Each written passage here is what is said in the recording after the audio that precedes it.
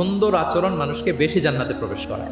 আমরা অনেক সময় ইসলামের এই এসেন্সটা ধরতে পারি না। দেখবেন যে খুব নামাজি স্ত্রীর সাথে খারাপ আচরণ করে, খুব আল্লাহওয়ালা প্রতিবেশীর সাথে ঝগড়াঝাটি, আশেপাশের নেইবরের সাথে, কলিগের সাথে, বন্ধুদের সাথে যে ভালো আচরণ করতে হয়, গুড বিহেভিয়ার করতে হয়, এবং এটাই যে আমাকে সবচেয়ে বেশি জান্নাতে প্রবেশ করানোর মাধ্যম হতে পারে, এটা আমরা ভুলে যাই। প্রাণীদের প্রতি দয়া দেখানো এটা ছোটখাটো কোনো ব্যাপার নয়, এটাই আপনার জান্নাতের কারণ হতে পারে, এটাই আপনার জাহান্নামের কারণ হয়ে যাবে। আল্লাহ রাসূল সাল্লাল্লাহু আলাইহি ওয়াসাল্লাম বলেন, যে ব্যক্তি অন্যকে দয়া দেখায় না, আল্লাহ তাআলা তার প্রতি দয়া দেখায়। এই দুনিয়াতে যারা আছে তোমরা তাদের প্রতি দয়া দেখাও, যিনি আকাশে আছেন তিনি তোমাদের প্রতি দয়া দেখাবেন। আল্লাহ রাসূল সাল্লাল্লাহু আলাইহি ওয়াসাল্লামের প্রতি লাখো কোটি দুরুদ এবং সালাম প্রেরণ করে আমি আমার মূল আলোচনা শুরু করছি। আমাকে সুনির্ধারিত একটা টপিকে কিছু আলোকপাত করতে বলা হয়েছে। টপিকটা হচ্ছে দ্য এক্সাম্পলারি প্রফিটিক বিহেভিয়ার, অর্থাৎ আল্লাহ রাসূল সাল্লাল্লাহু আলাইহি ওয়াসাল্লামের অনুপম চরিত্র। ওনার আচরণ কেমন ছিল, আল্লাহ রাসূল সাল্লাল্লাহু আলাইহি সাল্লামের বিহেভিয়ার কেমন ছিল, উনি মানুষের সাথে কেমন করে মিশতেন, কিভাবে ইন্টারেক্ট করতেন, ডিলিং করতেন, এবং সেখান থেকে আমাদের প্রাত্যহিক জীবনে, আমাদের ডে টু ডে লাইফে আমরা আসলে কি শিখতে পারি, সেই বিষয়টা নিয়ে আমরা কিছু আলোকপাত করবো ইনশাআল্লাহ বিইজনিল্লাহ। আম্মাজান আয়েশা রাদিয়াল্লাহু তাআলা আনহাকে যখন জিজ্ঞেস করা হতো যে কাইফা কানা খুলুকু রাসূলিল্লাহ, হে আম্মাজান আমাদের প্রিয় নবীজির আচরণ কেমন ছিল, তিনি বলতেন কানা খুলুকুহু আল কোরআন। রাসূল সাল্লাল্লাহু আলাইহি ওয়াসাল্লামের আচরণ ছিল কোরআনের আচরণ। মানে পুরো কোরআনে থিওরিটিক্যালি যা বলা আছে আমাদের প্রিয় নবীজির জীবনে প্র্যাকটিক্যালি সেটা করে দেখানো আছে। তিনি যখন মদিনার রাস্তা দিয়ে হেঁটে যেতেন, as if a living Quran is walking on the street, মনে হতো একটা জীবন্ত কোরআন মদিনার রাস্তা দিয়ে হেঁটে হেঁটে যাচ্ছে। কানা খুলুকুহু আল কোরআন। তো উনি কিভাবে মানুষের সাথে আচরণ করতেন? উনি কি হুট করে রেগে যেতেন আমাদের মতো? কর্কশ ভাষী ছিলেন? বাজে আচরণ করতেন কারোর সাথে? ওনার ব্যবহার দিয়ে, বিহেভিয়ার দিয়ে কখনো কারো মনে কষ্ট দিয়েছেন এমনটি কি আমরা কখনো কেউ শুনেছি? না, নেভার এভার। আল্লাহ তাআলাও কিন্তু কর্কশ ভাষীকে, অশ্লীল ভাষীকে, কঠোর ভাষীকে তিনি পছন্দ করেন না।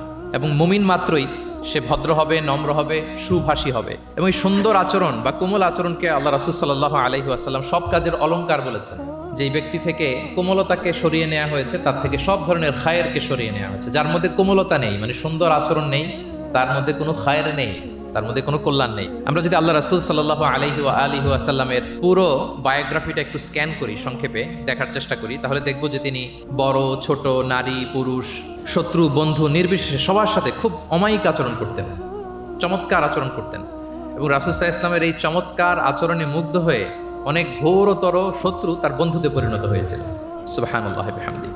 এবং এত ভালো আচরণের অধিকারী ব্যক্তিত্ব হয়েও তিনি আল্লাহর কাছে দোয়া করতেন যে আল্লাহ, আপনি আমার দেহটাকে, আমার দেহ ষষ্ঠ, আমার দৈহিক অবয়ব যেরকম সুন্দর করেছেন, আমার চরিত্রটাকে, আমার আচরণটাকে আল্লাহ আপনি সুন্দর করে দিন। এত সুন্দর আচরণের অধিকারী হওয়ার পরেও তিনি বলতেন আল্লাহুম্মা হাসসানতা খালকি ফাহাসসিন খুলুকি, মানে হে আল্লাহ, আপনি আমাকে দেখতে যেরকম সুন্দর বানিয়েছেন। আল্লাহ রাসূল সাল্লাল্লাহু আলাইহি ওয়াসাল্লামের চেয়েও দেখতে সুন্দর কোনো মহাপুরুষ কি পৃথিবীতে এসেছিল? এত সুন্দর মানুষ হওয়া সত্ত্বেও তিনি আল্লাহর কাছে দোয়া করতেন, আল্লাহ, আমি দেখতে যেমন সুন্দর, আমার আচরণটাও যেন তেমন সুন্দর হয়। আপনারা আয়নার সামনে দাঁড়ালে এই দোয়াটা পড়েন?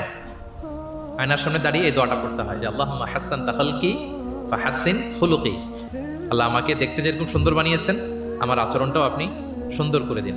এবং আল্লাহ রাসূল সাল্লাল্লাহু আলাইহি সাল্লাম তিনি ইরশাদ করেছেন, দুটি জিনিস মানুষকে সবচাইতে বেশি আল্লাহর জান্নাতে প্রবেশ করাবে। একটি হচ্ছে তাকওয়াল্লাহ, আল্লাহর ভয়, আর একটি হচ্ছে হুসনুল খুলুক, সুন্দর আচরণ।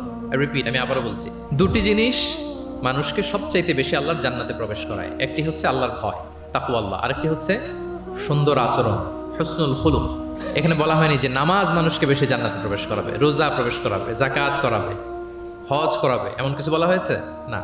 বরং সুন্দর আচরণ মানুষকে বেশি জান্নাতে প্রবেশ করায়। আমরা অনেক সময় ইসলামের এই এসেন্সটা ধরতে পারি না। দেখবেন যে খুব নামাজি কিন্তু খিটখিটে মেজাজের লোক, খুব নামাজি স্ত্রীর সাথে খারাপ আচরণ করে, খুব আল্লাহওয়ালা প্রতিবেশীর সাথে ঝগড়াঝাটি, খুব নামাজি মানুষ কলিগের সাথে সম্পর্ক ভালো নাই, এরকম লোক আমাদের সমাজে আছে না নাই বলেন?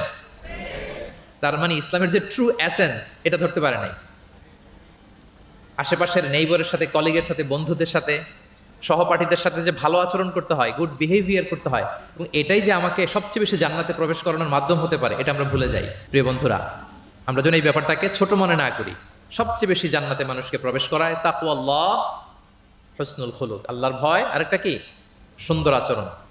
অনেক ছোট ছোট বন্ধুদেরকে আমি দেখতে পাচ্ছি অডিয়েন্সের মধ্যে। আমরা আমাদের সহপাঠীদের সাথে, বন্ধুদের সাথে ভালো আচরণ করবো তো আজকে থেকে?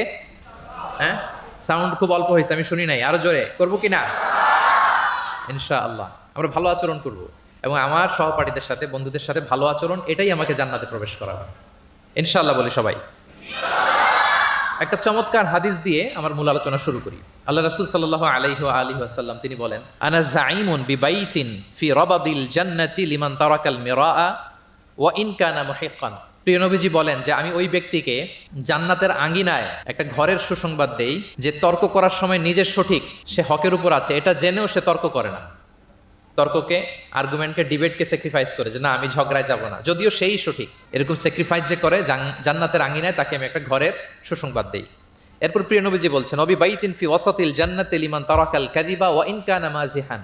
আর আমি ওই ব্যক্তিকে জান্নাতের মাঝামাঝি স্তরে একটা ঘরের সুসংবাদ দিচ্ছি যে ব্যক্তি কৌতুক করেও মিথ্যা বলে না। He was kidding, he was joking, but he never tells a lie. মজা করতেছে, জোক করতেছে, কিন্তু জোকের মধ্যেও সে কি করে না, মিথ্যা বলে না। তাকে জান্নাতের মাঝামাঝি স্তরে আমি একটা ঘরের গ্যারান্টি দিচ্ছি। এরপর আল্লাহ রাসূল সাল্লাল্লাহু আলাইহি ওয়াসাল্লাম বলতেছেন, ওয়াবি বাইতিন ফি আ'লাল জান্নাতি লিমান হাসানা খুলুকাহ।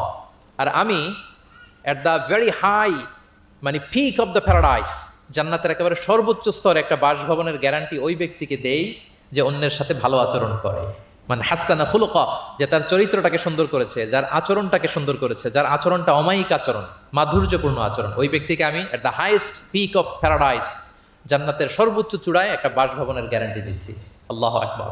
তাহলে আমার আশেপাশে যারা আছে তাদের সাথে ভালো আচরণ করা, গুড বিহেভিয়ার করা, এটা ছোটখাটো কোনো বিষয় নয়, এটা অনেক গুরুত্বপূর্ণ একটা বিষয়। কিন্তু আমরা অনেক সময় এটা গুরুত্বটা বুঝতে পারি না, এটাকে ছোট করে দেখি।